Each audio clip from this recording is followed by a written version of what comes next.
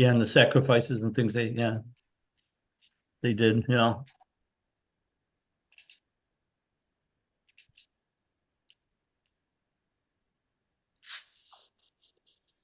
morning. Yeah, the sacrifices and things they did, Stuff never sticks. Hey, Jeff, Yeah. remember a few weeks ago I called you to get Elizabeth Whitmore's phone number because we needed to ask her about her entry in the postcard competition at Yeah. CAPCA. Yeah, she won best of show.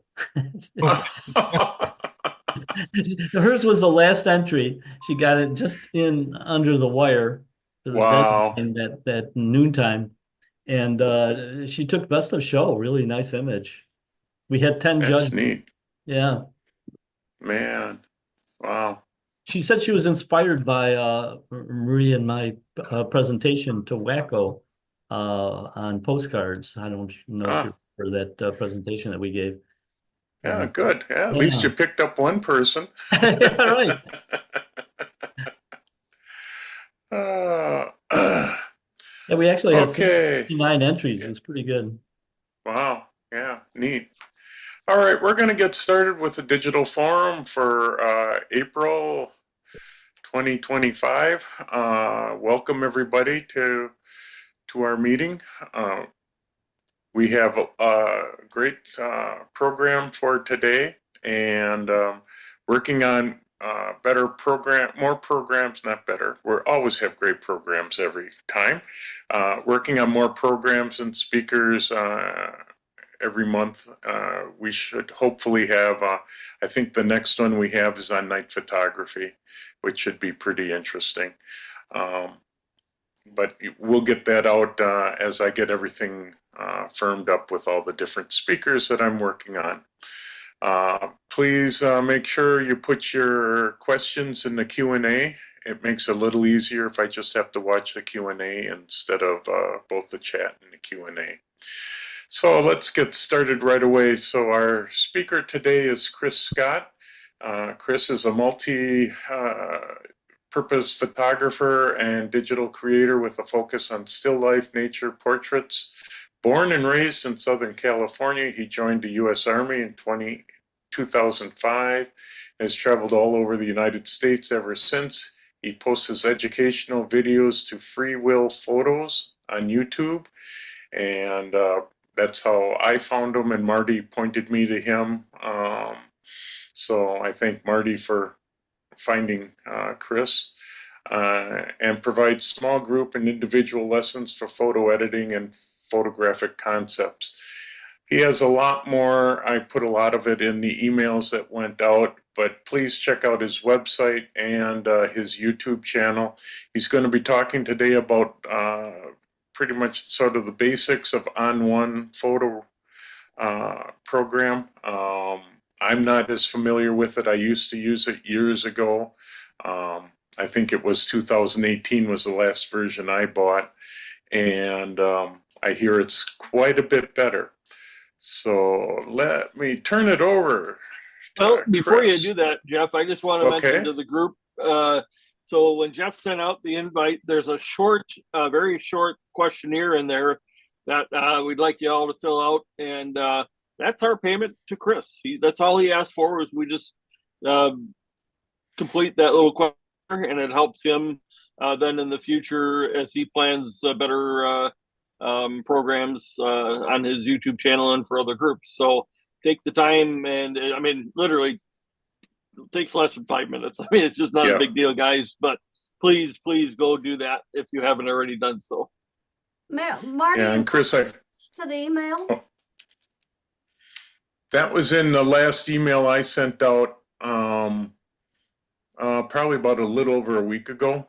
Right. Yeah. It was at the bottom of, not at the bottom of the email, but right after his bio and such. Okay. So hopefully, Chris, you got a bunch of people that responded. I know it's always hard to get people to respond to questionnaires, but so I'll let you take it away and teach us a little bit about On1. All right. Jeffrey, Marty, and panel members here. at the Camera Club. Thank you for having me. Hopefully my screen is broadcasting. Sometimes I have challenges with Zoom. Thank you. All right. Yep, it is. So I'll talk about the questionnaire just briefly. So my goal is always to help photographers learn how to do the post-processing aspect. If I'm being honest, I get more joy out of editing photos than I do pressing the shutter button.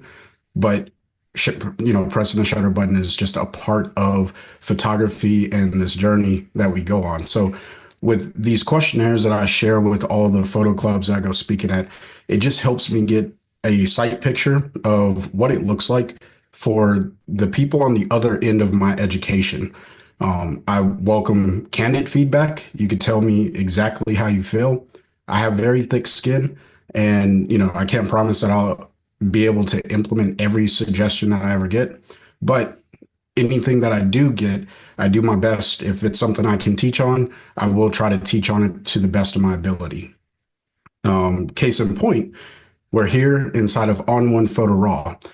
This is a software that I use on a regular basis for my personal work, as well as some of my more creative work that I sell. I go to photo shows and I sell prints of some of my work. I haven't sold many, so I can't say that I'm successful at it, but I still use On1 Photo Raw in order to do that. And I'm going to just kind of frame On1 as a post-processing creation work center, meaning you can do anything from layered images, if you're familiar with working inside of Photoshop, photo stacking with the limitation of 15 images per stack. You can also do HDR stitching and panoramic stitching. So I'm not going to showcase all of those features, but those are things that you can do inside of On1. Now, if you have a smaller resolution photo, then you can use the resize AI, and this will allow you to expand the resolution of your image. Obviously, that comes with a limit for artifacting. That's more technical, but I just want you to know that it is built into On1. And then, of course, you can print and publish to multiple platforms if that's something that you're into. You can essentially resize all of your images to put on social. So with that being said, I broke down this presentation in 3 parts. The first part is the digital asset management, or DAM portion. And that's just, how we organize our files inside of On1, how we get files into On1, tagging, rating, things of that sort. Then we'll move into the bread and butter, or the meat and potatoes, if you will, which is editing. And we're not going to be able to touch every single aspect of what we can do in the editing, but I hope that, in the time that we have here today, I'll be able to share a little bit about what you can do and give some great ideas and techniques of how we can do that. And then we'll briefly touch on exporting, because that in its own is like its own presentation and discussion. But I wouldn't be a really good presenter if I wasn't if I wasn't teaching you how to get the images out of On1 so you can send them to the places that you want to go. So what we have here on the screen right now is a folder that I curated of images. Now, these 3 folders actually are based off of the responses that I received from the questionnaire. And inside of here, we went with landscapes. I added cityscape as well, macro and wildlife. That seems to be the main focus of this photography club. So I wanted to stay as true to those items or those categories of photography as I can, as I show you how this all works. Now, the first step of any photo editing software is getting your images from your camera into the software. And the easiest way is to create folders. Now, right here, I have a folder. I'm just going to back out to my Finder. Now, with On1, instead of using an import module, which it does have, we're not going to go over that today because I want to show the simplest way of getting images into On1. But the way On1 works is when you install it, it's going to ask for access to your computer's folder work structure. For me, on a Mac, it's Finder. If you're on Windows, it's going to be for Explorer. And essentially what it does is it looks through all your folders, whatever navigation you have. As you can see, I have all my hard drives over here under local drives. And we'll get to that here in a second. But essentially, you can take your images from your SD card, drop them into a folder on a hard drive of your choice, external hard drive or an internal hard drive, and then you can close that folder and On1 will pick it up. I'm going to show you essentially how that works. So the folder on the left indicates or is to illustrate the SD card, if you will. And then over here on the right is actually the root folder that is in the background of On1. So what I'm going to do is take this image from what I'm, again, simulating as my SD card, and I'm just going to drop it into this folder. Once that loads over, you can see what's happening in the background here. On1 has read my folder and it's imported the image. So now I can close these out and we can begin with the editing workflow. Now, whenever you get your images into On1, a lot of times, if you're familiar with Lightroom, you may want to categorize them or catalog them, whatever you may do. So you can click on it and you have access to all of the metadata. And I'll minimize this because there's a lot of metadata that you can actually modify here. And, you know, you can go to town with keywords and everything of that sort. What's really cool about On1 is it uses artificial intelligence. Now, depending on how you feel about AI, I promise you the AI that's in On1 is not going to take your job as a photographer. Instead, it's just going to help you get your job done a little bit faster and more efficient. And hopefully everyone can relate to that or at least find some value in that. With that being said, I'm not going to do it during this demonstration because my computer, it runs really slow. I need to get a new one. And so I'm not going to do it during the demonstration. But if we come over here to this landscape and cityscape folder, if I click on these images, and it looks like my cache cleared already. So nonetheless, I cleared my cache just to make sure that the program would be responsive during the demonstration. So I apologize for that. But essentially, I could click scan. And what it does is it reads the image and it adds all of these keywords into this well. So if I need to catalog or categorize this image, I can scan it, move those keywords into the keyword section. And that's extremely helpful because one of the biggest things of being a photographer in this digital space is being able to locate your images after you've already edited them or put them into your digital asset manager. And depending on how you like to categorize by date, by location, by event, whatever it may be, having keywords really does make it easy because On1 gives a lot of capability to sort and search by metadata. Now, again, it's not going to work so well in this particular instance because I had cleared out that cache and I didn't move those keywords over to the actual image when I did this. But nonetheless, if I wanted to, I can search by a ton of or a lot of parameters in order to find my images later down the line. So if you're looking for images with 50 millimeters or shot at 50 millimeters or 24, or maybe you're looking for something that has water in it, the AI will read your images and then you can search it by water. Now, those are the unique things to how On1 manages the assets.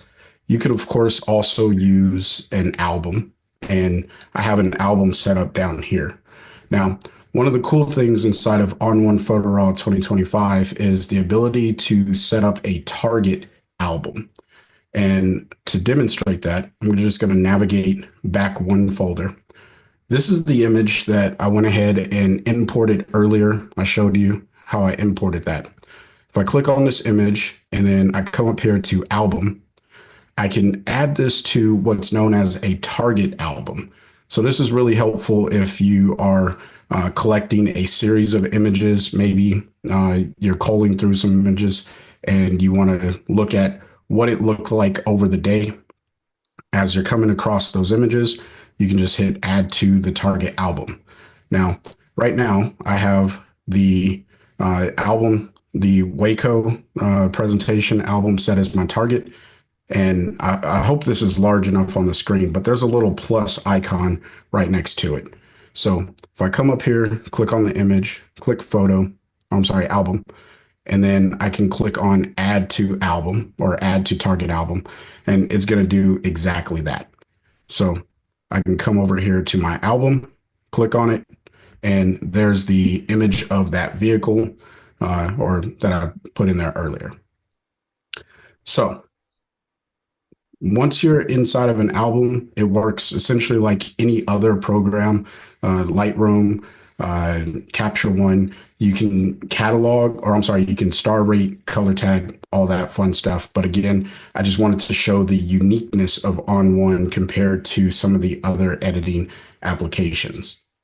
Now, we'll go ahead and jump into an edit. So we're going to open up this image right here.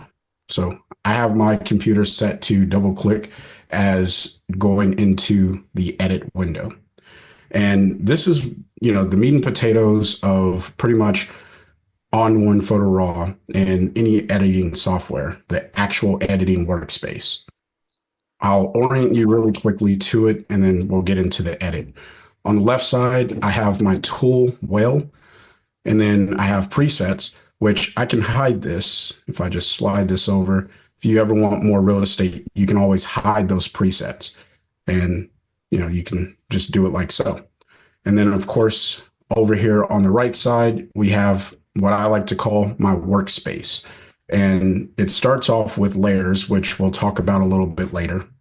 And then you can move down to Brilliance AI, which is a really cool tool we're going to talk about. And then, of course, you have tone and color, which is your basic adjustments to your raw image. Now, I want to pause here for a second and just share that On1 works a little bit differently with your raw files or any photo for that matter than a typical photo editing workstation, if you will. Meaning that the very first thing that touches your image is going to be this develop module. So if you think about it in a chronological order, the first thing that's going to touch your image is the develop module, and that's really this tone and color section. And then you have noise and sharpening down here towards the bottom, things of that sort. The next step is going to be local adjustments. Now, this is like what you would call masking inside of On1, those localized adjustments. That's exactly what this is. That's the second layer of editing that happens to your image. And then on top of your local adjustments is the effects filter, effects tab. And again, we're going to get into this, but I just want to walk you through how it manages your file. Now, where it gets a little tricky is when you do a sky replacement. Sky replacement is actually right above the local in the effects window. So if I were to click and drag this over, this would be the chronological order of how the sky replacement works. Meaning that if I apply a sky replacement to my image, the effects are going to go over that sky as opposed to the sky being over the effects. And we'll see that in real time here. So let me go ahead and come up here to snapshots, which is a great tool inside of On1. This is similar to the snapshots inside of Lightroom as well, where you can just save a version of your image, not to be confused with virtual copies, which On1 does also have that capability. I'm going to go ahead and click on new snapshot, and I'll just rename this edit. Nothing fancy, just something to give it a new name. Now, I want to revert this to the original image, so that way we can go through the editing process. I'm just going to click on original, and there it is. It's my great landscape photography. And this is actually at the Colorado paint mines in Colorado. So if you're curious of where this was taken. Now, the first step to editing, like if you want to do really quick editing, you can click on Brilliance AI. And this is, again, that AI tool that's just going to read your image and apply some basic editing to your image. Now, I have, in fact, let me come up here to window. And we'll go with that. All right. My apologies. Just bear with me for a moment here. And that's not the right one. So On1 is very customizable, and we'll just jump between here. So we'll do it that way. But with that being said, Brilliance AI, it reads the tones in your images and it does its best to try and balance it out. So if I hold down the backslash key, you can see the original, and then this is what On1 thinks is the best way forward for this particular image. But this is completely customizable by the user. Case in point, I have an amount slider under Brilliance AI. If I pull it to the left, it's obviously going to lower the Brilliance AI effect. And if I pull it to the right, it's going to increase that effect. I tend to find 70 is probably about the best for most of my images, the way that I expose them in camera. Now, if you want to fine tune it, you can of course fine tune your images by using this slider here. But I typically don't even touch these because you get full control over what happens. So Brilliance AI gets you in the ballpark. I like to call this the first initial step of getting my tones adjusted, especially if I don't know what to do with them. I'll let the AI figure that out for me. And then I can click on tone and color. And you can see what what Brilliance AI did is really just modified the tone and color here for me. All right. Now I can change my camera profile, and this is no different than any other software. So I'm not going to walk through that, with the exception that if you happen to have a DCP profile, you can import that by clicking here. Now, I'm not going to go through that in today's walkthrough of On1. I just wanted to call that out because maybe you have a calibrated profile for your camera and you want to put that into On1. Otherwise, you can just use one of the other built-in profiles that On1 allows. But moving down the line here, we get pretty much full reign over how this photo gets exposed. I typically don't like to pull up on my exposure slider, but Brilliance AI had decided to. I'll just double click to reset that. This is a personal preference, but you get to control how you want to edit your file. And that's really what I want to demonstrate here. And then you have all the basic things that you would have in a normal raw workflow, between exposure all the way down to modifying your white points. And you also have a histogram inside of levels. So if you do work with the histogram and you want to monitor if things are clipping, you can turn on your clipping indicators and clearly something is clipping here. So I can pull down on the highlights and recover that because it's a typical raw workflow. A lot of the capabilities that you have in other software are in On1. They're just a little bit differently named, as well as laid out differently. But everything is there, or most things. I won't say everything. So, and then of course, if I want to adjust my white balance, let me just minimize the tone and color. If I want to if I want to change my white balance, I can do so with the temperature slider here by pulling that left or right. And I think everyone understands the basics of that. And if not, then that's okay, because what I always tell people to do with any photo editing software, which On1 is no exception to that, is experiment. pretty much all photo editing software works in a non-destructive manner, meaning if you make a change to your image, you could just reset it and you can go back to the original version of your image if you so choose. So don't be intimidated by the software. Just use it, explore it, and you'll be surprised at what you can do.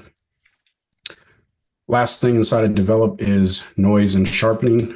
Now, one of the coolest tools inside of On1 is the no noise AI, and it works really well.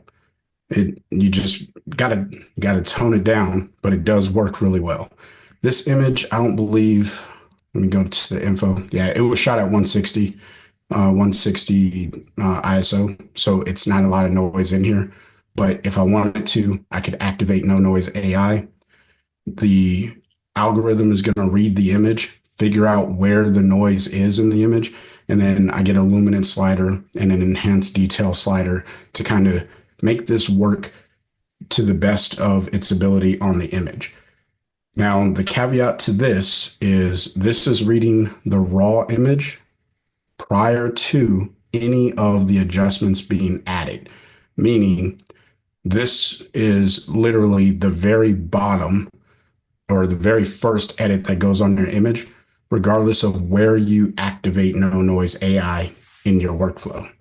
So if I added 50 effects over here, it's still going to go to the very bottom, the base layer of the image, and it's going to edit that. So no change there.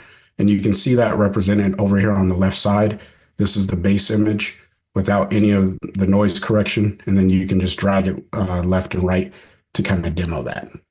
So I'm not going to use no noise AI on this image though, because I don't find it, or I don't need it for this particular image. So now we can move on to local adjustments. This is where AI gets really, really fun. All right. And you have two options for local adjustments. You could do the traditional Lightroom workflow where you add an adjustment, and I'll just reset that. For whatever reason, I don't know why On1 does this. By default, it likes to put -1 exposure. I have no idea why it does that. You just have to reset it if that's not what you want. But what I can do now is use a plethora of masking tools. My favorite masking tool as of the release of 2025, and I think it was also in 24, is the Quick Mask AI brush. Now, I'm going to click that. It's going to read the image, analyze what's in the image, and then once it's done, it's going to give me a little crosshair. I can use this crosshair to hover over different parts of the image to figure out, do I want to select something? Do I not want to select something? And it's really, really fine-tuned.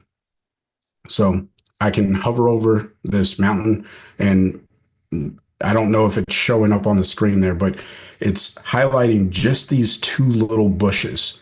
I don't want those bushes. I want this whole mountain. So I just need to move my mouse over to the right a little bit. Now, if I were to zoom in, I would get a little bit more fidelity. So you can really get granular with the selection. So I'm just going to click there. It's going to select that mountain, but it didn't select this area over here. So I'll click here, hover over all these areas.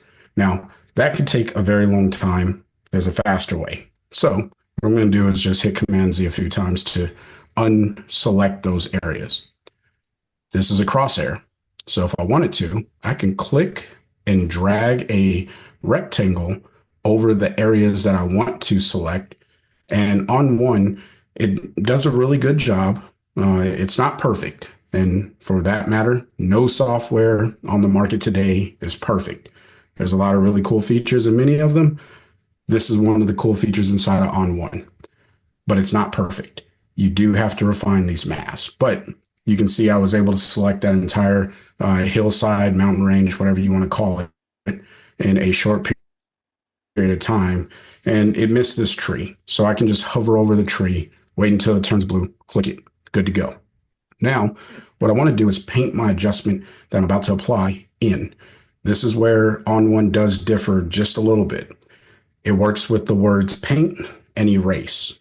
Now, in most photo editing applications, there's essentially you're painting with white or you're painting with black. If you paint with white, that means you're showing whatever the effect is. And if you paint with black, that means that you're hiding whatever the effect is. That's the exact same thing that happens here in On1. They just use a little bit different terminology to help make it easier to understand what you're trying to do. So for me, I want to paint in an exposure adjustment to this hillside. So I'm going to make sure paint is selected in top pane here. And then I'm going to come over and click this blue check mark. And On1's going to do its thing. And once I see this little icon update with the mask, if I hit the letter O, you can see the mask that it's created. This is just the gray overlay. Now I can come down here to my tone and color under local, and I can make a modification. So maybe I want this to be just a little bit brighter. And I'll come down here to temperature, and maybe I want to warm it up a little bit because this was sunrise. All right. And we'll leave it somewhere around there. That's one way of editing using the AI tools that are inside of On1. There's a cooler way of editing inside of On1. And to be fair, I don't use it frequently because I learned how to use Lightroom. So I'm very familiar with this process. This is my go-to method of masking and doing localized adjustments. However, On1 has introduced something called Super Select AI. Again, AI tools just to help us get the job done a little bit faster. When you click it, it would analyze the image. Since I already used the Quick Mask AI brush, it already has completed that analyzation, so it doesn't need to do it anymore. But I essentially get the exact same masking tool that I was just using. And this time I want to modify this foreground area. So I'll just click over in this area and I'll get this area right here. And I want to actually darken it. What I can do from here is I can come up to the top and I get a drop down. And these are all of the tools that are located in the local adjustments and the effects module of On1. So I'm going to use a tone enhancer, which is an effect. I could use a local adjustment, but I just want to show the range of what On1 can do. So I can click on it, and it has now applied a tone enhancer to those areas of my mask. Now, a tone enhancer is exactly what it sounds like. It's enhancing tones. So in this case, I'll just bring down my exposure, maybe not so much, maybe something like that, and maybe even bring down the shadows. Not saying this is the greatest edit, just showing some of the capabilities that are available. All right. So now maybe I want to work with these weeds here. I think they're weeds, tall grass. We'll call them tall grass. So I'll click here and I realized that I have some issues over here. It selected something that I don't want. So I'm going to have to modify this mask in a little while. But we'll say that all of this area is exactly what I wanted. So what I can do is if you have it set up in your menu, you could right click and then you get the exact same menu that comes over with the drop down here, but now I don't have to move as far and I can move a little bit faster. Maybe for this, I want to add a glow because it's got a lot of light to it. So maybe I want to add a glow. I can click there and now it has added a mask in those areas. And I think you are getting kind of the idea of where this goes. I can just increase this to make it glow and maybe, we can change some of the parameters here. So we won't go screen. Maybe we'll go soft light strong. And let's see if pulling up on the halos. So again, if you watch any of my YouTube videos, I experiment with a lot of things. And this is me just experimenting here, just a touch, because I did not script this edit, because this is just the way that I teach. I like to teach as if I was touching the photo for the first time, because many of you who are going to select to use this program may be touching a photo for the first time and try to figure out what to do with it. All right. But let's say I don't like this. Well, I can just click the X And now that adjustment is gone and I can go somewhere else. Maybe I want to do something with the sky. So I can click and add the sky in, and then I'll right click, get my adjustment menu. And this time, maybe I'll just add in a color enhancer, which is up here because this is where the C's are in the alphabet. And then I will just pull down on the temperature. And that's not doing much of anything because there's nothing in the sky for me to work with. Because remember, it was overexposed when I shot it. So in that case, we can do something else. We'll select the sky one more time. And then we're going to go to adjustment. Now, this is one of the cool things about On1 as well. On1 is like a mash between Photoshop and Lightroom all in one program. And don't be intimidated if Photoshop intimidates you and you're like, no, I don't want a program that does that. Don't worry. On1 makes it really easy to work with some of these tools that you would commonly find in Photoshop. One of those being a paint tool. So at the very bottom of the local adjustment, we can activate the paint with color. I click the right area. And now I have applied a color to my sky. Now, that may not be the color that you want to apply because for me, I want to apply something that's blue. So I'm going to come over here, and on a Mac, you get this little color picker. On a Windows, you'll get the, it's like a larger color picker window. And I can just come over here, select a different color of whatever I want. So maybe we'll go with one of these colors. And now I've added in blue to the sky. Well, that doesn't look good. Doesn't look believable. It's way too strong. The cool thing about On1 is every single effect comes with an opacity slider. So I can just pull down on the opacity here and blend that in. Now, if that doesn't look believable, this is where it gets more Photoshop-esque. I can use a blend mode to apply this over my image. Now, there's a few ways of getting to that. The easiest way, and the way that I teach now, is to use this 3-line menu at the top of the actual adjustment you want to blend. If you click this, and then you come to the very bottom, you get the blending option. This highlights the blending option over here. And then at the very top, I get blend modes. Now, if blend modes are intimidating to you, again, I defer back to my original statement, experiment, try things out. If you don't like it, just delete it like I did with that glow. But I can just use my down arrow and I can just sort through these to see which one looks the best. This one doesn't look terrible, doesn't look great either. And you can just go all the way down.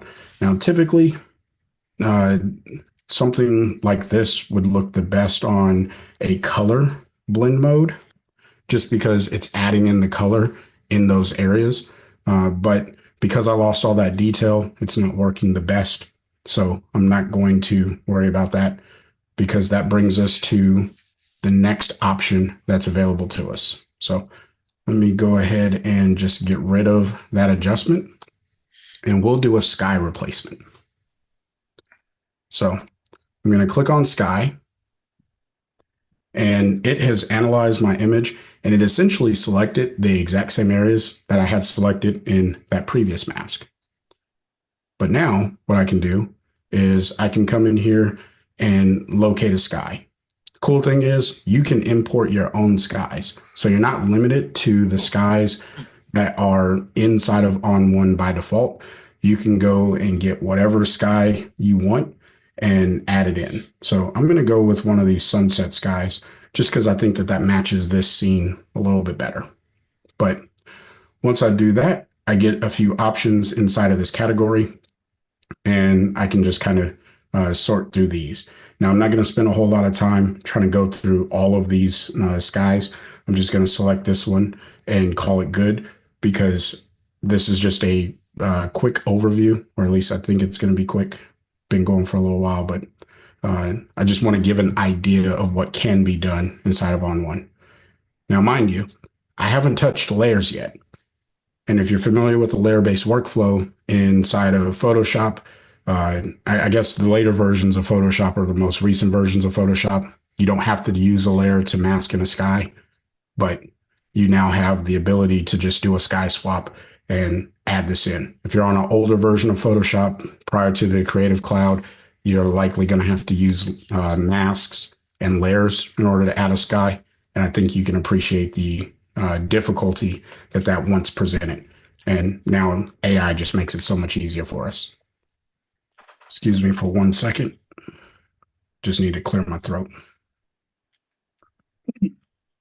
Okay. So moving on to the more interesting side, or another interesting aspect of using On1 is the effects module. Now, there are a lot of effects inside of On1. If I hit add filter, there are all these effects here. Now, you usually only need a handful of them. The ones that I go to the most are black and white, bleach bypass, blur, borders, color enhancer, curves, because everyone who edits a photo has to love a good curve. And then we have dynamic contrast, which is really good for, again, adding in contrast, but you get really good detail or capability of how you add that in. Edit color, glow. I mean, I go to pretty much everything in this row, so I won't name them all.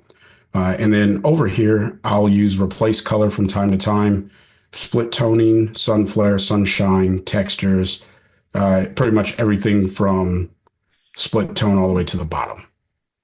The reason why I highlight that is all of the filters, or a majority of the filters, they are worth using. So on this particular image, let's say I want to modify the colors, and this is where it gets a little bit more unique. This is called, this is where in Lightroom, you'll have your tone and development section, and your HSL would live there inside the color mixer or whatever. Well, I can add multiple instances of a color enhancer to an image. So just imagine what creativity you can get there. But if I increase my saturation and of the red hues, and actually, let's just go saturation over the whole image. Look what happens to the sky.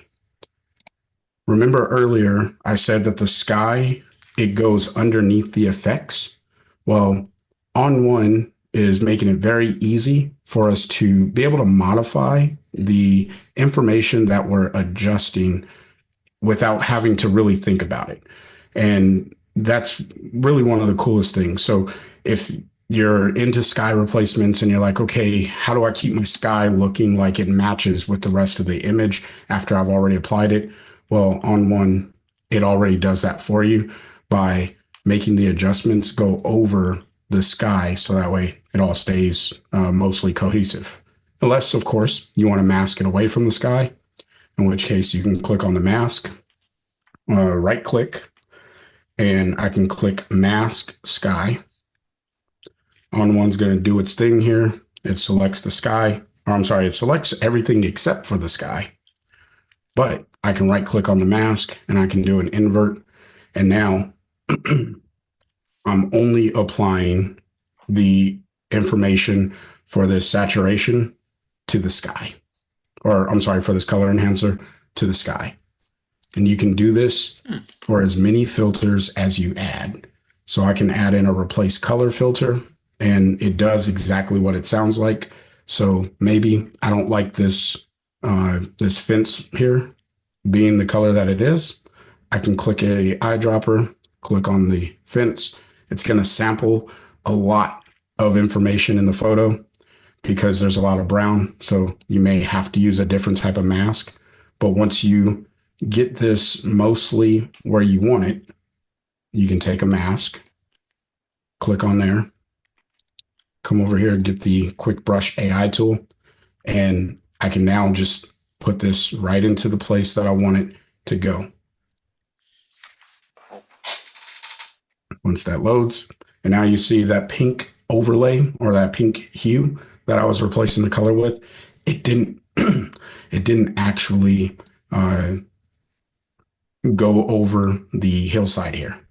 So lots of creative application that you can use to explore deeper in the editing workspace here. Now, I can continue going through a lot of these filters, but what I want to do is throw a LUT on here. And the reason why I'm throwing the LUT on here is to illustrate how On1 really does work with your images. Inside of the effects stack, anything that is at the bottom is the first item that's applied to your image. So here we have this tone enhancer over the foreground, and I'm just going to increase this like crazy so it's easy to see. If I turn off the LUT, and I guess that won't be the best example there because all of those are modifying everything. So let's go split tone, and I just want to put some crazy colors into the highlights so it's easy to see what's happening. So I now have this purple hue, and we'll even increase the balance over. I have this purple hue going into the brightest areas of the image, and it is changing the color of that foreground area that I have masked. So if I turn it off, turn it back on, it's going over that area. The reason for that is because this sits at the top of my layer stack. So it's going over all of these, of my effect stack. So it is applying the split tone over all of these other effects. Whereas the tone enhancer is at the bottom, so it's not applying the tone enhancer adjustment to anywhere else. And I also have a mask on here. So Chris, can you drag those around so that it just would affect, say one lower instead didn't if you catch didn't that. want it? You were breaking up there, Jeff. Oh, I'm sorry. So can you move those layer masks around so that it would say just affect?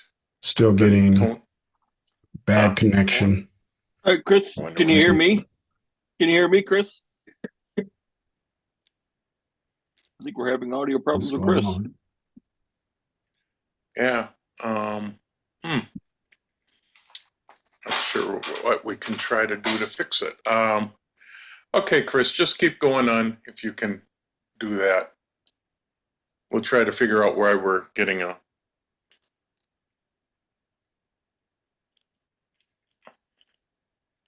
Zoom really takes a lot of bandwidth up. I'm sorry, I really can't hear you. It's breaking up. Let me stop sharing my screen real quick, see if that helps. Okay, can we try now? Can you hear us better now? Yeah. No? Can you maybe put it in the chat? Because I can't hear you. I'm sorry. Okay, no problem.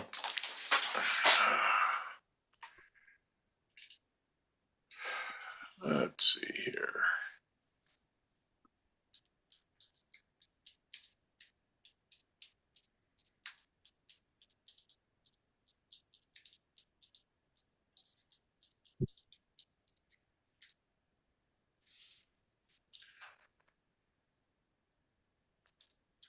I'm a slow typer, so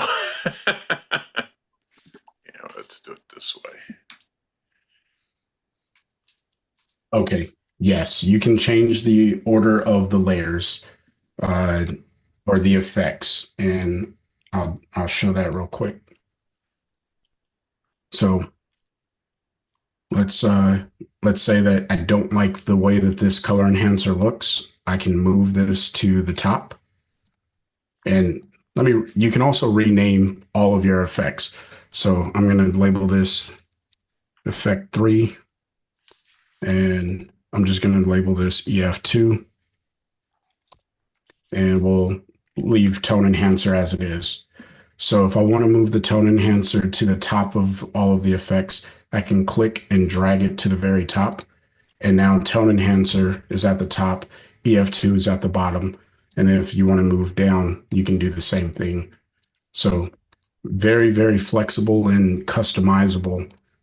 Again, that is borrowing from the idea of working inside of Photoshop, or how Photoshop would treat using a layer, which I want to be very clear. The effect stacks inside of local and effects are different than what's inside of layers. I had layers minimized this whole time because this is one of the most confusing aspects to many people who use On1, but it's actually very simple.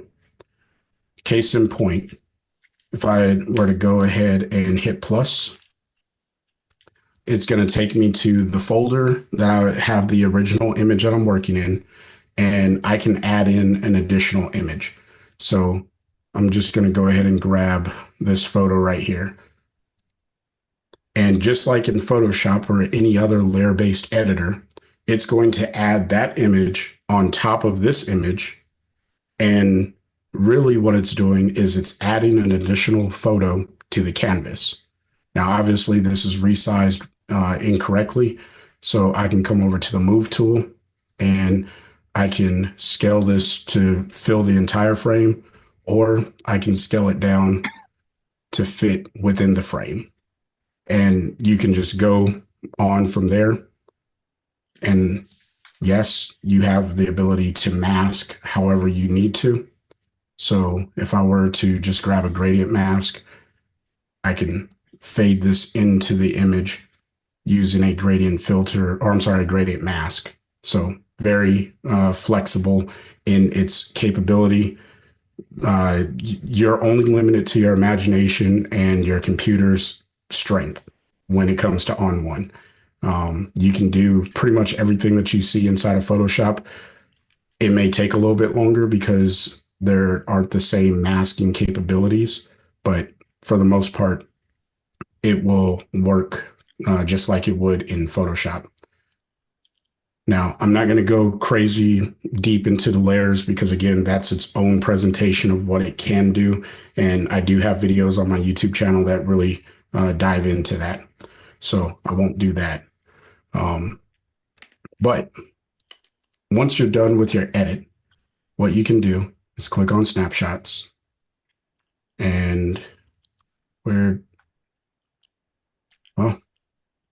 that didn't work out the way there was supposed to be our snapshot that we had. Oh, I know why.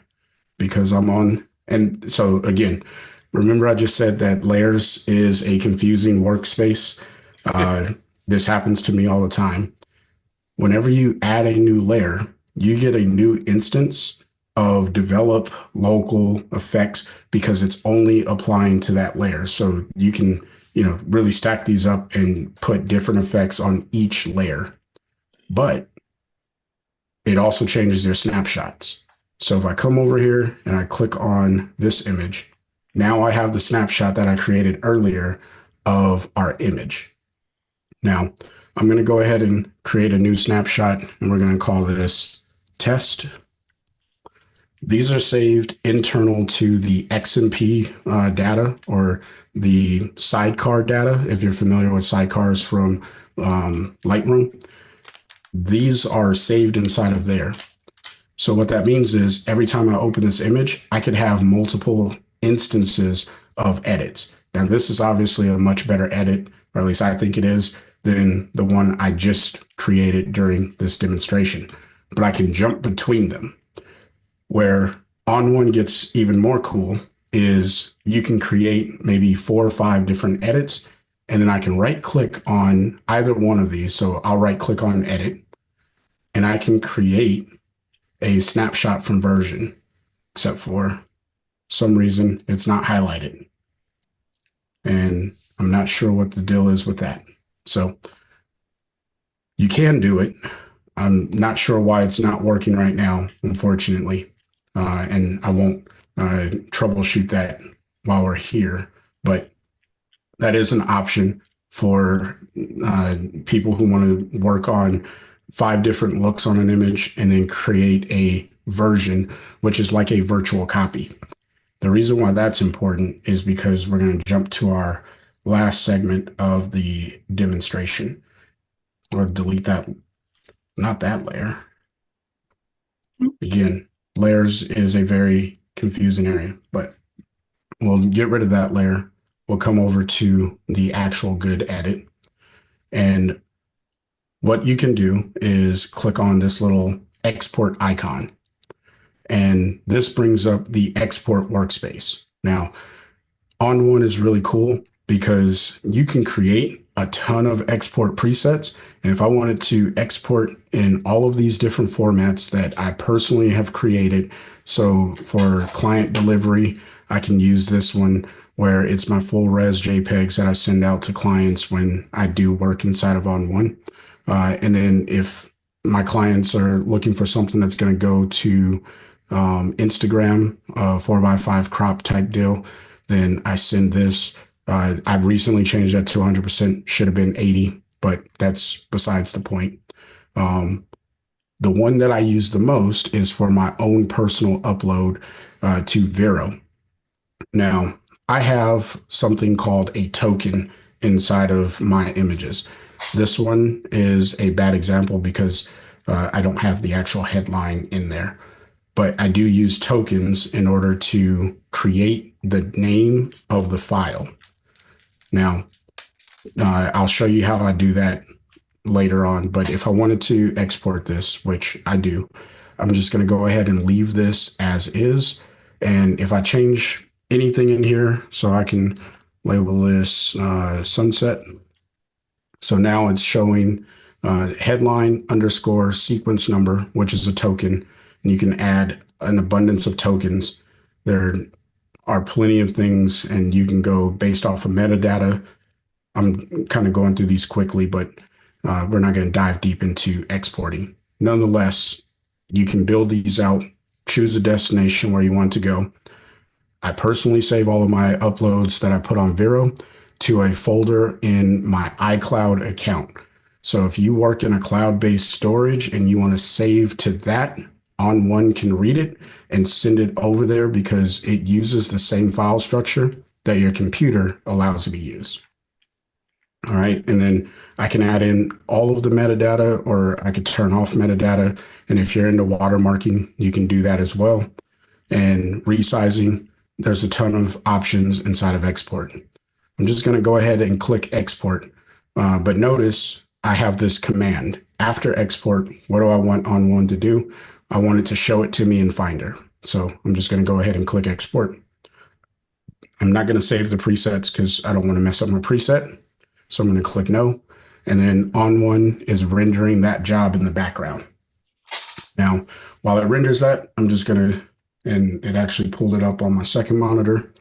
So here's my Vero folder, and we'll just make this a little bit larger. So you can see it has rendered that particular image in my Vero folder, which is again in my iCloud storage. So that's everything from editing to exporting. And when you're done, you can just click the blue check mark. It's going to save all of the work that I did on the image to include these snapshots and take me back to the browse module. Now, and then from there, you can continue working. My computer moves a little slow, so it's going to take a little bit of time to get back to the browse module. But on many computers, like I have a MacBook Air, and On1 works extremely fast on there. So please, any speed challenges that you see me having while I'm displaying, it's just because of my old machine and the multitude of software that I have on it that's slowing it down. So with that, I will turn it over to Jeff and Marty for how we want to go about questions. But I may need to log out and log back on because I'm still getting the echo return. You're getting or it echo or something from us? Yeah, everything. Hey, this was great. Are you Yeah. hearing me So if you better give me now? a second, I'm just going to step out and then I'll come right back in. Okay. While we Technology wait is a for him great to. thing. Anyway, Yeah, technology is a great thing when it works, but yeah. yeah, yeah. Whenever you're demoing something, that's when your computer gives you the most problems. Right. So, and Zoom takes a ton of memory power to run. So, um, everybody needs to remember that. But boy, that was really interesting. You definitely, if you're into On1, check his website because he has a lot of great demos on it, and gets into each of these things very specifically. Yeah, and his tutorials typically go 20 to 35 minutes or so. So it's he gets in depth with them. Welcome back, Chris. Can you hear us now? Hey, yeah, I can hear you perfectly now. Okay, great. Yeah, Sorry. we were just talking about your YouTube channel, and I was just mentioning that you do a great job. You get kind of in depth. Most of your videos run anywhere from 15 to 35, 40 minutes because you're covering things so efficiently on there. It's just it's a lot. Any of these programs can overwhelm anybody, but I've enjoyed the way you break them down on your channel and have learned a lot from you. So with that said, anybody in the panel or the participants have any questions, throw them in the Q&A for us. And I do. Chris, if I'm a longtime Photoshop and Lightroom user, catalog huge keywords all the way back to 2014, I can see somebody starting out in photography wanting to learn this product. But what do you think is your favorite thing about the product that would convince someone to change over? Yeah, that's a great question. So for me, I enjoy that I don't have to jump between Lightroom and Photoshop when I want to work in a layer-based editing. Now, if I'm being honest, that doesn't happen as frequently anymore. Most of what I do happens between local adjustments and the effects. But what's really cool about On1 is I can modify it using the effects and I can add as many of those as I want that just simply don't exist inside of Photoshop. So essentially, when I worked in Photoshop, I would use plugins to enhance my images. With On1, I'm getting all of those effects already built in, so I don't have to worry about jumping into plugins, which I didn't actually touch on, but you can host Photoshop plugins inside of On1, primarily being Luminar, Nik Collection. I use a program called Optics, Boris Effects Optics. So lots of flexibility. Topaz? Yeah, Topaz Photo AI. Yep. How is the tools? One of my favorite tools that I use in Photoshop is the remove and the AI generate tool to remove objects and stuff. How is it On1 for that? Yeah. phenomenal. Is it? Yeah. It works, and I'll be honest. All right, because that's just how I am. It is great when it works the way that you expect it to. Yeah. And I know that that's a loaded question, and I think that it works for the majority of what people want to remove. When I'm doing my one-on-one coaching calls and someone's like, hey, I want to remove this super contrasty, really large thing that's on the wall. And then they paint over it and it doesn't actually generate what they expect it to because it's either really high resolution, the file that they're working with. So what On1 generates when you use the generative erase tool is a lower resolution than the image that they're working on. So you can really see the edges, or it is too in focus. The background or the area that they're trying to remove is in focus so much that when the lower resolution image comes in, it doesn't look believable. And So lastly, what's the thing that you like Lisa about having changed over from Photoshop and Lightroom to On1. Is that, I think you just answered that question. Yeah, so I don't use the generative tools in my workflow. And that goes for any software. Luminar, Photoshop, Lightroom. I don't really use the generative tools. I'm a clone stamp person, which the clone stamp inside of On1 works phenomenal. That's my personal way of correcting certain things. Now, the thing that I least enjoy about On1 is the way that it eats resources on my machine. That is something I just can't get around. When I use Lightroom and Photoshop, they just run so effortlessly on my machine, even the one that I'm presenting on. But On1, not always. Hence, I had to clear the cache, and that's a me issue with the machine. But I also think that if Lightroom, Luminar, Photoshop, Affinity Photo, Capture One, pretty much every other software that I use, if it works effortlessly, I would hope that On1 would also work effortlessly. Thank you. I think we all have problems with all these programs taking too much memory up. I have it for my Lightroom, and I have a pretty heavy duty computer, Apple computer for running it, and I still have to restart Lightroom periodically to clear its cache and that. So I understand the problem. Yeah, we all, I think, run into it. I'm pretty sure I know the answer, but we might as well ask it, is will On1 work on an Intel Mac? And that, of course, should be yes, right? Yeah. I mean, for what it's worth, it is optimized for the Apple Silicon right now. Yeah. But the base versions of On1 are still supported on Intel, and it should work just as fine. The only thing that won't work on an Intel Mac is the generative erase, or the generative tools, I should say. So you have generative expand, generative erase, and eventually they're going to get to a generative fill, I guess, replace, where you type in a prompt, and that's on their track to release. Yeah. If you're on an Intel Mac, I tell you, upgrade to a Silicon Mac.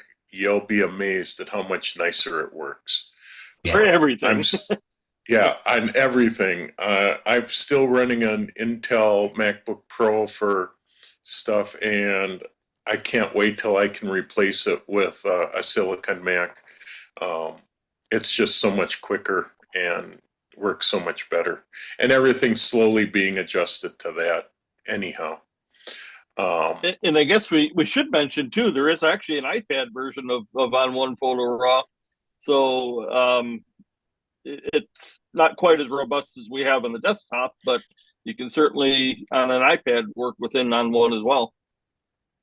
Yeah. So if you're into mobile editing, the iPad app, it comes with pretty much, I think there's 8 or 9 filters in there, and it's what On1 likes to use or call their foundational filters or effects. So it does come with that. And the way that you get your images there is through something called the On1 360 Cloud Sync. Think of this, it's very similar to the Lightroom Cloud or the Adobe Cloud, where you put a small resolution image into the cloud, or you can put the full resolution image into the cloud, and then you can pull it down to an iPad.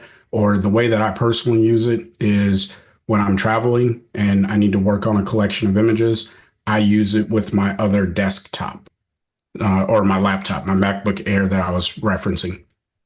So that is a useful tool, but that does come at a subscription price.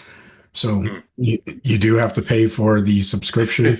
And that's just to keep up the servers. Whereas you could purchase On1 outright and get all of the updates to the current version before they move over to the next version with that purchase. So a little bit different. And I guess to that point, I would like to clarify there are two different pricing, or I'm sorry, two different versions of On1. There's the On1 Standard, and then there's the On1 Max. Now, the history behind this, once upon a time, On1 used to work as a plugin, and that was the one version of On1. You just purchased it, and it worked as a plugin. They removed the plugins in the 2022 version, and they started selling them as separate plugins. So each of the module, HDR, Focus Stack, or I guess not Focus Stack, HDR, and the noise reduction software, No Noise AI, they started selling these as separate plugins On1 effects. If you purchased a standalone version of the 22 version, it didn't work as a plugin. But now what they've done is they've gone back to giving the users the capability of using On1 as a plugin if you purchase the On1 Max version, which is a little bit more expensive. Now, at the time of this webinar, it is 50% off if you go to the website, and you can get either the On1 Max or the On1 Standard. Both are 50% off until April 29th. So if that's something you want to do, I do recommend checking the system resources or requirements first. Make sure that you meet those. Download a trial version to make sure that it's something that is going to work, because even though it may say you're spec'd out on all the requirements or the recommended requirements, and then you put it on your machine and realize that there's software that clashes with it, that may be something to consider. So it is on sale right now. Does it import Lightroom catalogs very well? Yeah, so you're not using catalogs like Lightroom does. You're using your own file structure. So you don't have a catalog per se. You've got, again, on a Mac, your Finder, and on the PC, the Explorer, you set up your folder structure there, and that's what you're pointing the program to utilize. Does it use XMP files for all the editing? You said it does for snapshots, and I was kind of wondering what happens if you lose the XMP. For example, does the snapshot disappear out of On1, or does it just not work? Yes. So if you lose the XMP, you not only lose the snapshots, you lose all of those adjustments on the sliders. Because so you don't want to lose the XMP files. No, don't. What format does it actually save the file then? So your original RAW or JPEG file stays as a format, like whatever the format was that you were editing. And then there's a .on1 file that goes right next to it, and it has the same file name. So if I have sunset_01, right next to it will be a sunset_01 .on1 file. So you have to save those three files, at least three, your original, your On1 format file, and your XMP. No, so the .on1 file is the sidecar/XMP file. So you only have those two. You have your original, and then you have your .on1 file. Does it save XMPs? So it converts XMPs to a .on1. So if you have a file that was using an XMP, case in point, if you're coming over from Lightroom, there is a Lightroom migration tool. You can activate it through Lightroom, and it will migrate all of your XMP files to the .on1 file format. It's not perfect, but it does work. And I've had mixed results helping people migrate from Lightroom. So I always tell people, if you care about the non-destructive capability, then the best way forward is to export a DNG file, and you can keep all your XMPs. So if you ever want to go back to Lightroom, then you'll still have that. Otherwise, you'll want to export all your images as JPEG or TIFF, depending on, what your best workflow is. And that's kind of in my coaching calls, the way that I try to figure out what it is that the person is trying to do. Many people, they do have these back catalogs of Lightroom from multiple versions. From Lightroom 5 is the furthest back that I've met an individual with. Many people are on the Creative Cloud, so it's a little bit easier to migrate those catalogs. But the older catalogs, because it uses a different catalog file format, that's a little bit different because the migration tool doesn't work as we would expect it to. Does it work better if you save within Lightroom, if you save all your files as DNGs? Yes. The downside is you're not going to have let's say you did a -1 exposure, or you modified the contrast or something of that sort. When you move over to On1, all of that gets baked into the DNG. So what you're really preserving is the ability to change your camera profile and maybe the color space, if that's something that you're concerned with. So if you're using Adobe Color and you need to migrate to Pro Color or sRGB or anything like that, On1 does support those color spaces, and that's where having a DNG file gives you that flexibility if you move from Lightroom. Whereas if you go with a TIFF or a JPEG, that's also baked into the file. So no matter how hard you try to change that color profile in On1, it just won't. Is it better for them, if they're going to change to On1, to make sure that they're writing all their info into the XMP file, all that metadata in, before they start to migrate?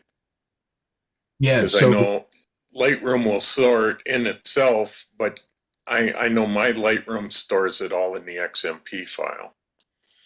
Yeah, so this is what I always recommend to people when they come to me and say, hey, I'm ready to migrate from Lightroom to On1. One, let's do this while you still have a few months left on your annual subscription, or you're still willing to continue paying for the subscription. Because not only do we need to migrate the files, we need to make sure that they migrate it the way you expected them to.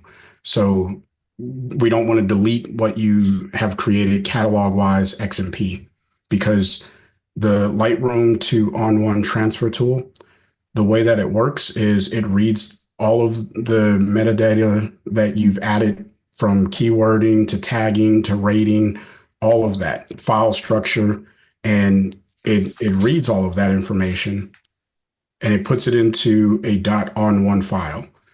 Again, it's not perfect, but once we migrate it, then we want to go through and check to make sure everything transferred over, because what you'll find is Lightroom uses the catalog to import images in, but you may have moved your folder of those images to an archive.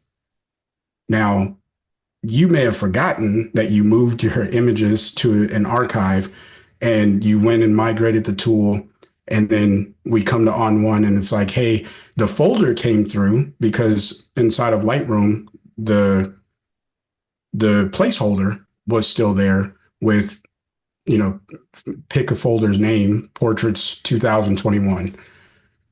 But you moved all your portraits from 2021 into an archive folder because that's just the way that your workflow works. Now, not everyone does that, but that's what I found when using the migration tool. And then it's like, oh, I'm missing all my pictures. And it's like, well, when was the last time you used that folder? And they're like, well, 2021. So what did you do after that? And then they're like, oh, I moved it to my archive. Okay, well, let's go find that, relink it, and then try this again.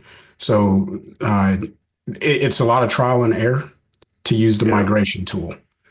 Now, if you are relatively new, and let's say you only have 5,000 images inside of Lightroom, that's going to migrate relatively easy. And it's almost easier to just export all of that as a DNG and then start over in On1.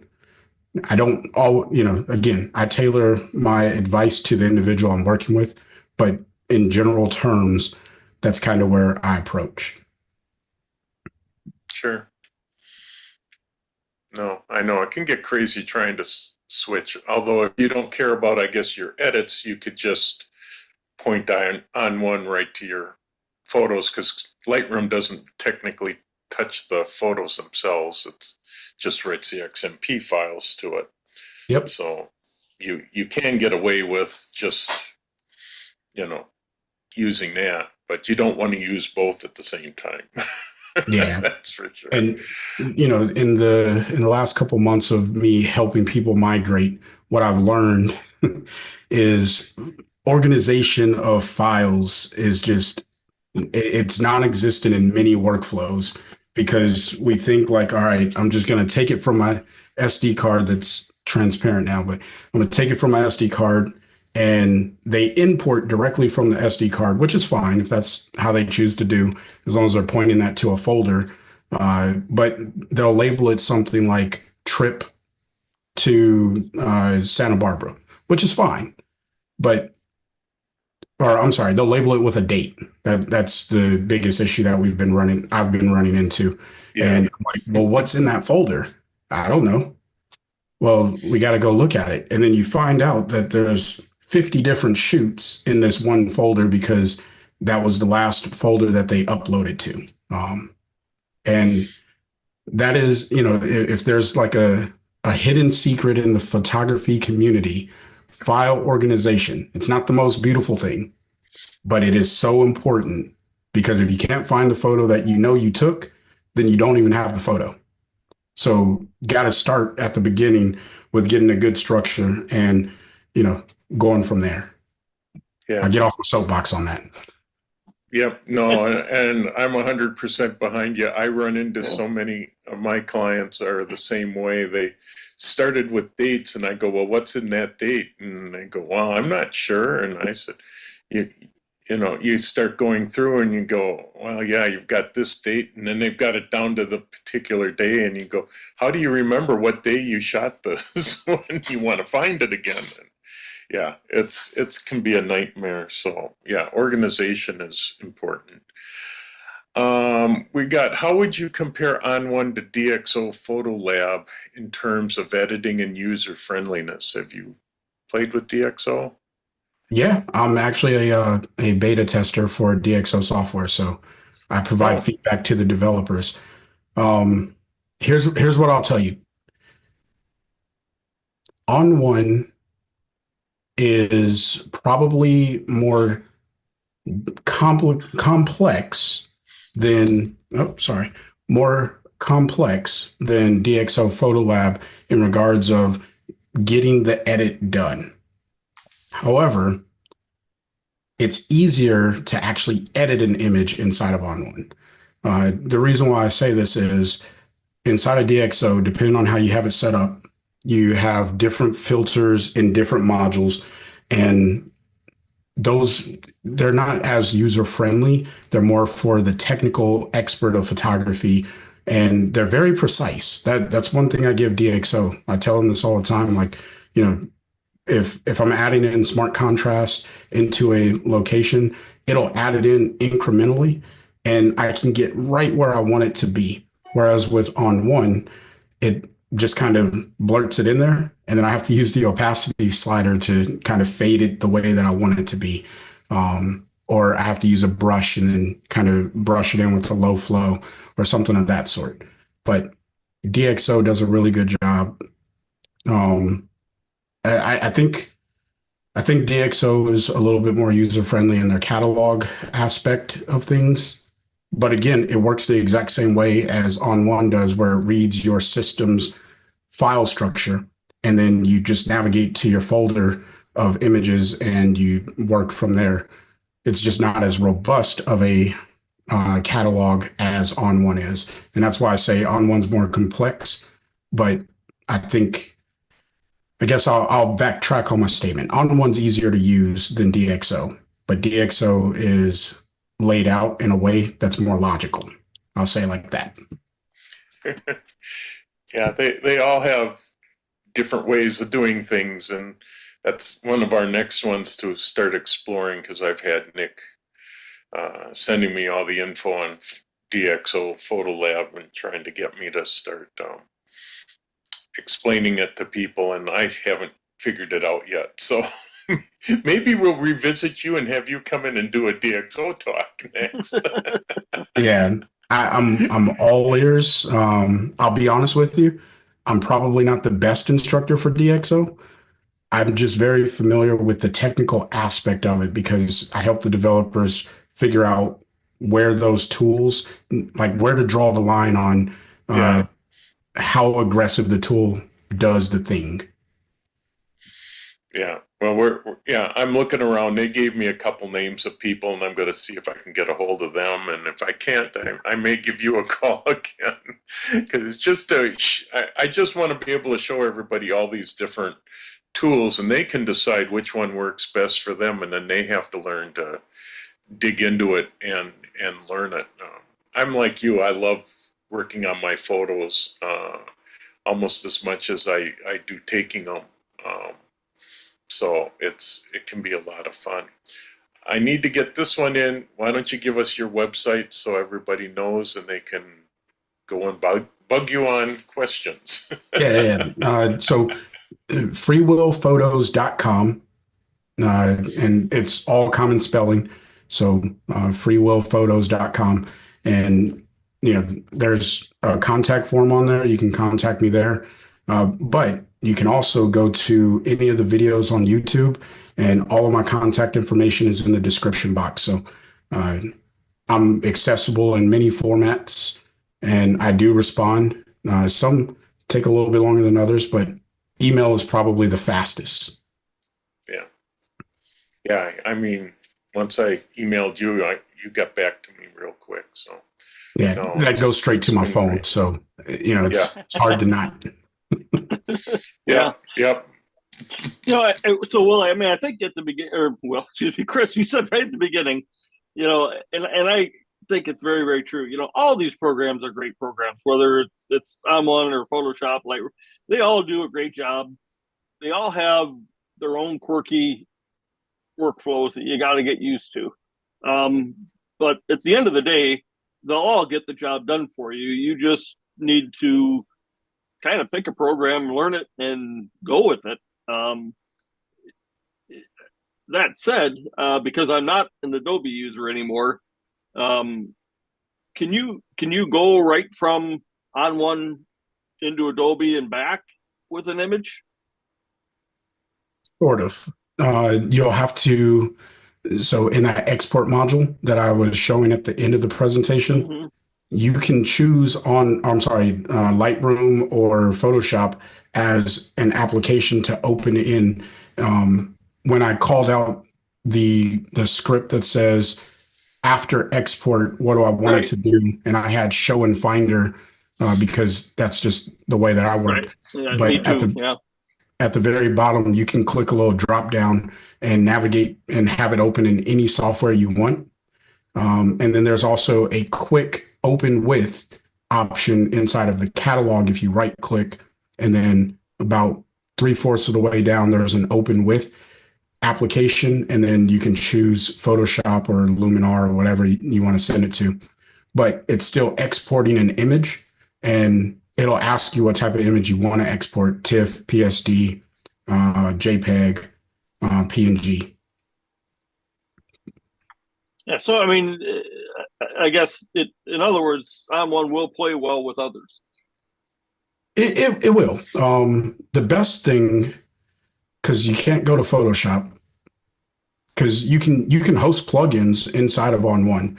So if the software you want to go to is one of the supported plugins, and I do have a video about hosting plugins inside of On1.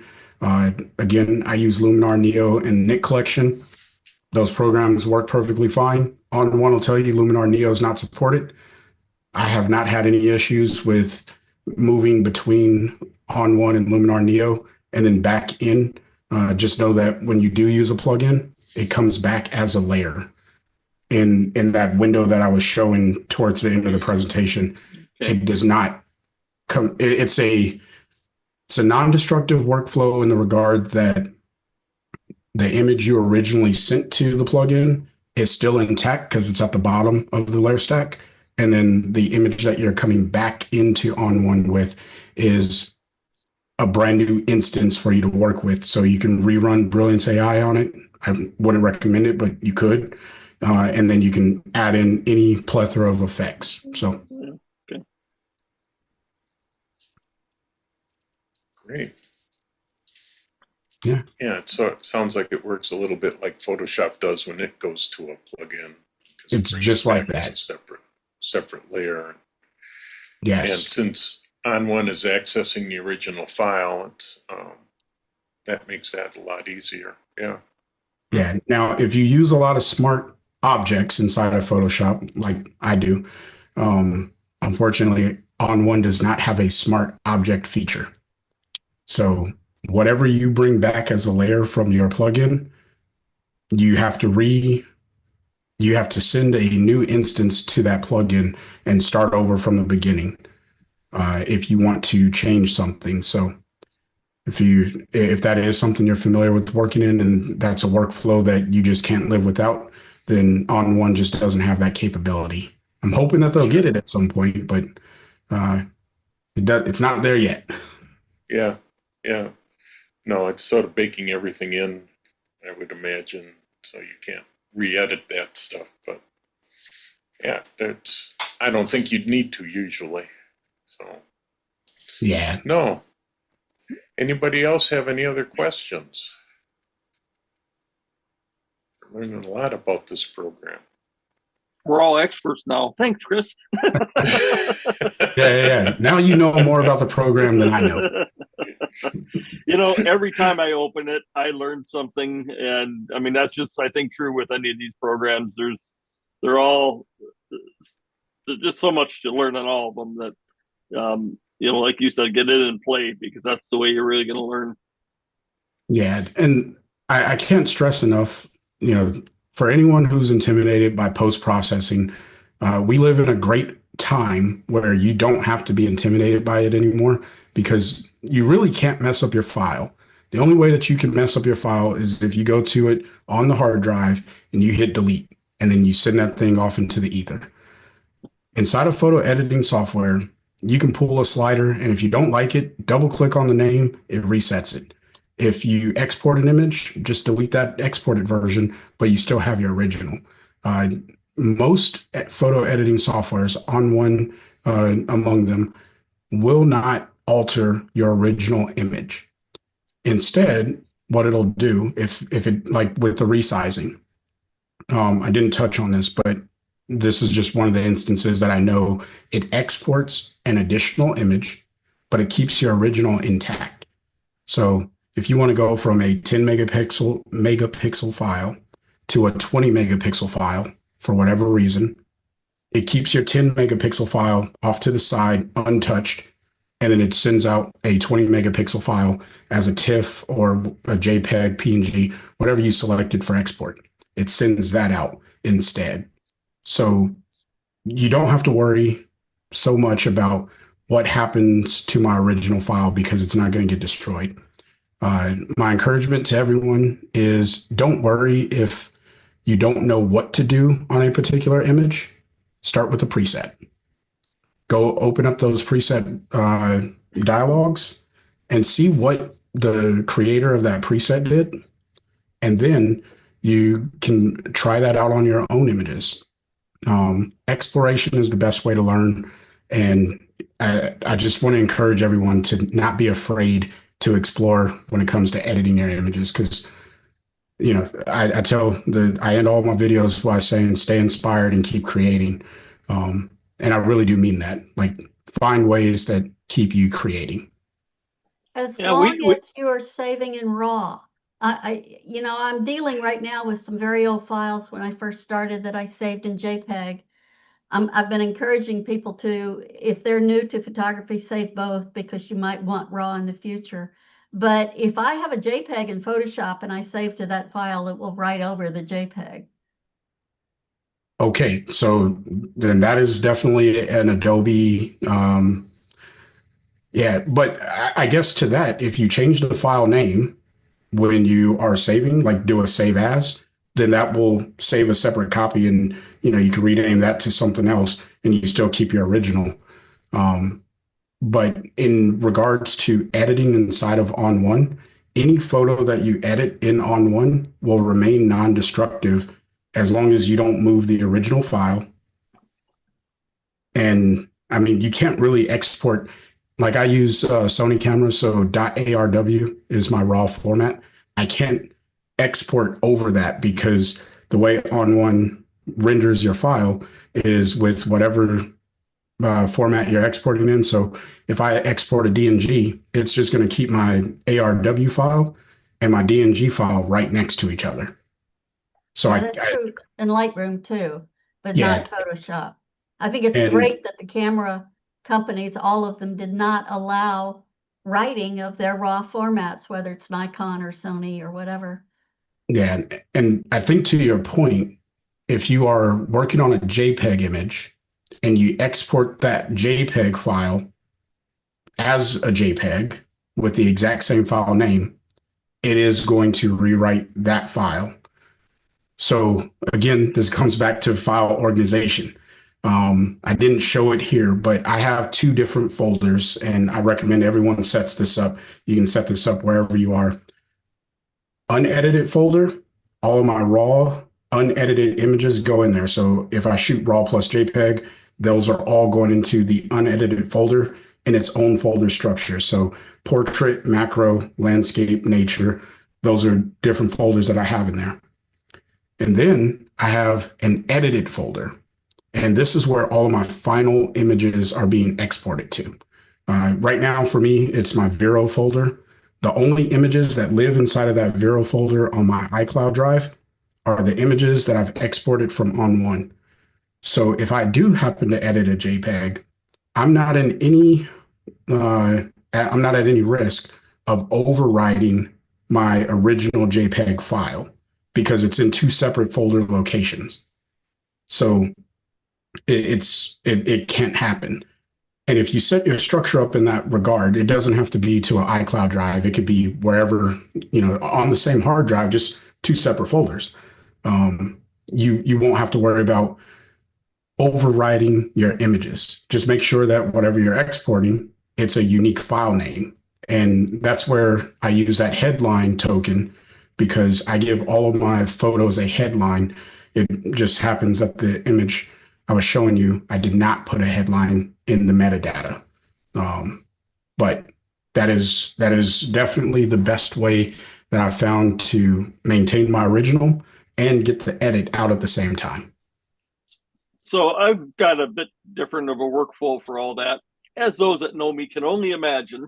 I don't play by the same rules, Chris. So I only shoot in JPEG. I don't shoot RAW for almost anything. But when I'm doing my editing, I just right-click on the image. I make a copy of that JPEG file, and that's the one I edit. So again, my original file stays right in my original folder, doesn't get touched, but now I've got just a copy that I'm working on. And I've been doing that for years. I don't find it degrades anything. I don't know. It just works for me. But, again, everybody has to find their own workflow, but you're absolutely right in that initial file structure is just key to being organized in any kind of semblance. You just need to do that. Yeah. One thing. So like in Lightroom, I go and make an edit on an image and it's non-destructive. It's basically all the edits are saved in the sidecar. The file is not changed itself. So I assume that from what you're saying about On1, that it's basically the same. They're non-destructive edits. So people just need to be aware of that. If you ever lose your On1 or lose your your Adobe, whatever it was, you've lost all those edits forever. And sometimes I don't know if people are aware of that. And that's why, you were exporting, and that's the only way you can save the edited image, into whatever file format you're going to do it in, JPEG or DNG, whatever. But people just need to be aware of that. I don't know if everybody is. Now, there is a caveat to that. And the caveat is On1, depending on how you set up your files, or I'm sorry, your preferences, it will do a backup. And it backs up, and I hate to use this term, but it's their term, not mine. It will back up your catalog. Now, the catalog is not like what we're familiar with Lightroom, in the sense that all of your images are structured and it's just pointing to everything. Instead, what it's doing is any of those .on1 files, it's creating a very, very small copy of those and putting that into a backup folder. Now, I personally send my backups to a completely different drive than where my photos are. So that way, if for some reason I lose the drive with my photos, which I back up my images in 3 locations, that's a whole, again, I'm an organization person. It's for me. Good for you. Yeah. So if I lose the images on one hard drive, I know I still have the images on another. I can plug in that hard drive and then take my backup from the other hard drive and open On1 from that backup. It's not perfect. It doesn't bring all of the edits back, but it is a way of preserving a majority of them, mostly the last 2000, I think it is. So if you're editing more than 2000 images in one setting, then, But you still need On1 in order to see those edits. So the good news is if you purchase On1 for a lifetime license, you always have it. Okay. So you don't lose it. I mean, you can uninstall it, but you can always go back to the website and download it again. Okay. Thank you. And I'm not trying to be salesy. Like I am an affiliate for On1. All right. I want to be very clear. I am an affiliate. So, if anyone uses the coupon code that's found on my channel or any of the links, I do make a commission. But I do this purely to help the community of photography because I remember when I was starting out, I didn't have anyone to teach me. So I had to learn trial and error, and I was intimidated using Lightroom 6. So it's one of those things, and I didn't know what I was doing. And heck, I probably still don't know what I'm doing, but I'm a little further along than I was then. Yeah, there's always tricks to all of it. And actually, with Lightroom, if you stop paying the subscription, you can still access your files through Lightroom. So that's one thing that a lot of people don't realize, that yes, if you can't develop them, you can't do any of that, but you can open all the files with everything you had developed and be able to then resave them as a permanent file. So not a lot of people realize you can do that with Lightroom, but yeah, Adobe doesn't cut you off completely. Pretty close, but not completely. And Drumma, I don't know, with the way you're working with JPEGs and you're overwriting them, you could start doing it the way I do it, which is when I open up a JPEG file, is I always duplicate my base layer. I never work on my base file. And that way, when I do save it, it saves as a PSD file all the time. That way, I never overwrite my JPEG, because I came from a time sort of like Marty, where all I did was JPEGs, and I just was taught you never work on your original one. So I always duplicated that layer and started working on that file. So I always had a way to back up to my original JPEG. And that way, when you save it, because it's layered now, it's going to automatically save as a PSD file or a TIFF, either one. Yeah, I don't normally work on JPEG files. In fact, unless they're 20 years old, my early files when I was just doing JPEG, and somebody recommended I started saving to both. So for several years, I have both. And I'm now going back through those and deleting all the JPEGs just because I don't need them and it's extra space, and just keeping the raw files. I'm also deleting the XMPs when I see them. I don't think that I have the data that I need in Lightroom, And if I ever need to export it, I can recreate that. I don't think I need the XMP. Yeah, I and need those I two. mean, depending what you did, what the XMP actually is holding, you still have the raw file, so you can always reprocess it again. And I'm finding whenever I reprocess an old raw file, you can do so much more with it now than you could back then. Yes. So you might as well Definitely. just start over and reprocess. Yeah, another especially with thing the that- new updates to Lightroom Yeah. for landscape stuff. Oh yeah. Yeah. I just was listening to a bunch of that stuff this morning on all the new stuff in Photoshop and Lightroom that just popped. And I'm having a hard time keeping up. Yeah, another thing that I've recently done is I was trying to see, instead of saving PSD files, save TIFF files. And because on a PC, I can't, when I'm in Explorer, it just shows a symbol for PSD files. But if I'm looking at that folder in Explorer, I can see TIFF files. So I started digging in to see what I was losing by save to a TIF. And the thing that I'm losing, you can save layers, you can save a lot of the stuff. The thing that I'm losing is smart layers, smart objects. Won't save to Yeah. TIFF. And I don't use those a lot anyway. I've kind of concluded that there's such disadvantages to them that I don't use them much.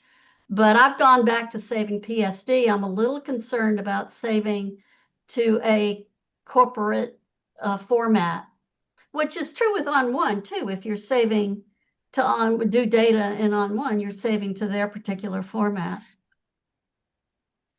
When you say Yeah. to their particular format, can you elaborate on that? I'm not quite sure. Your data is being stored in the On1 file for all of the edits and all the changes. In both products, you have your original, but I copy, my original raw file or save to a PSD it's a separate file, which is the same thing as an On1 file, and then you have your original. Yeah. You're still saving whatever software product you use, you're saving to some company's format that company might be out of business in the future. You're risking that. Yes. So always export your images to JPEG, TIFF, PNG, something that can be read by any image reader or editor. Yeah, I think the two formats for that are TIFF and DNG.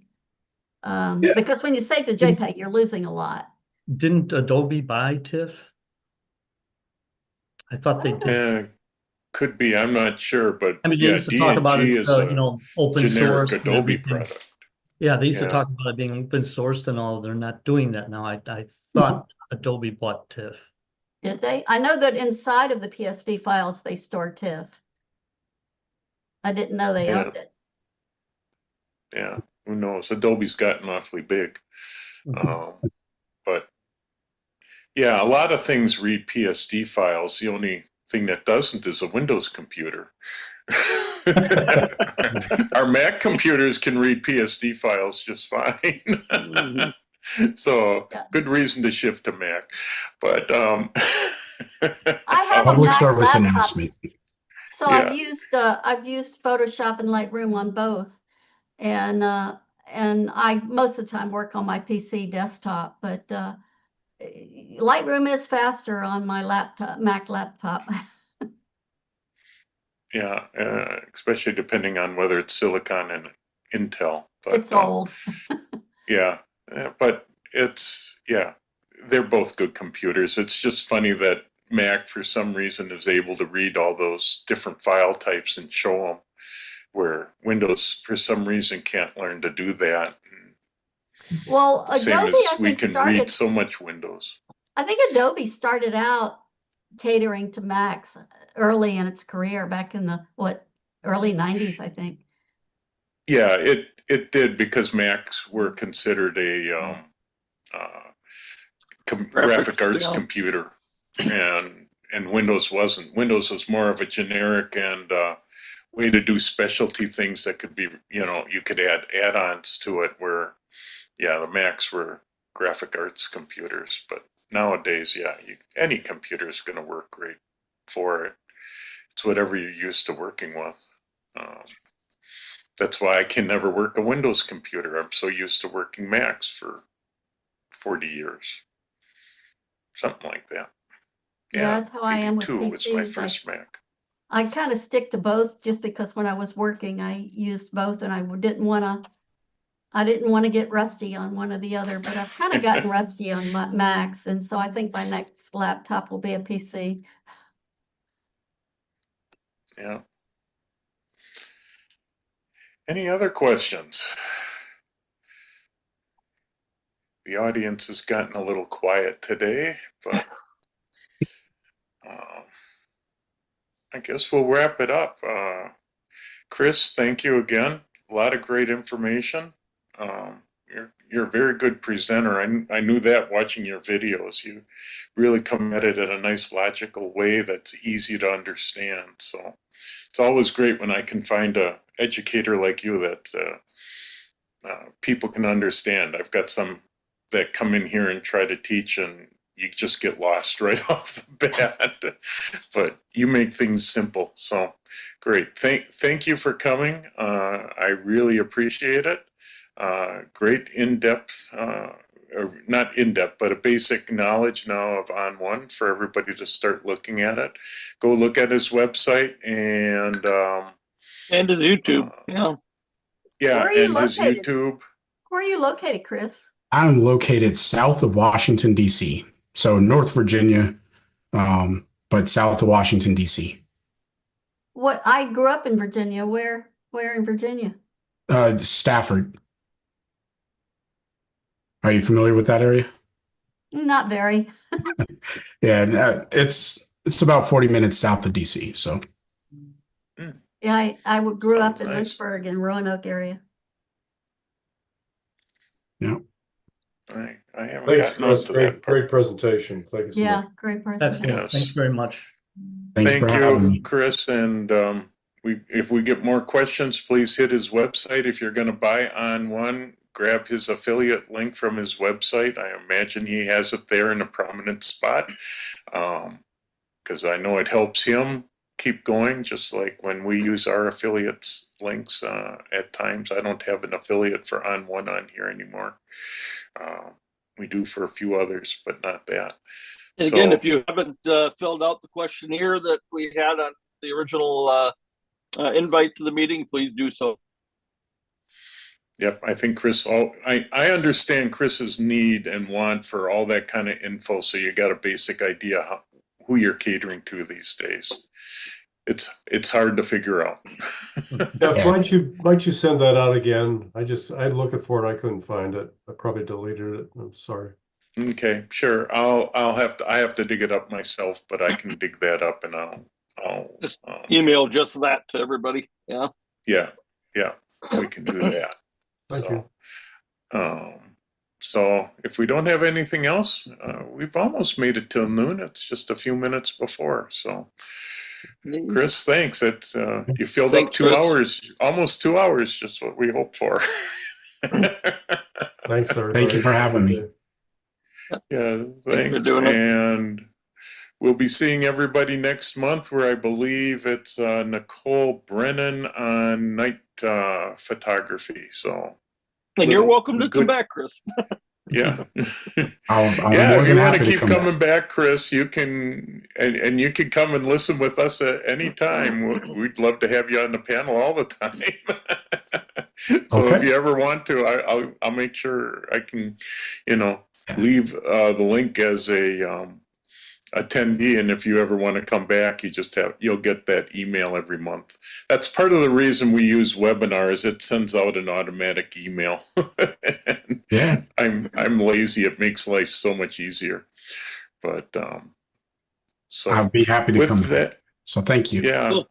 great. Well, thank you, Chris, and thanks everybody for coming today. It's turning out like it might be a halfway decent day today out there. Blue skies and sunshine here. It was cloudy when we first started, but it looks like the sun is Not here. out. So No, it's been sunshine all day. So, Chris, we're kind of scattered throughout Wisconsin. So, I'm up in the central part of the state. Most of them are down by Milwaukee. Joe is down in Chicago. So, we're Actually, kind up of in scattered Door around. Door Oh, you're up County in Door today. County. today. Okay. Yes, that's very nice.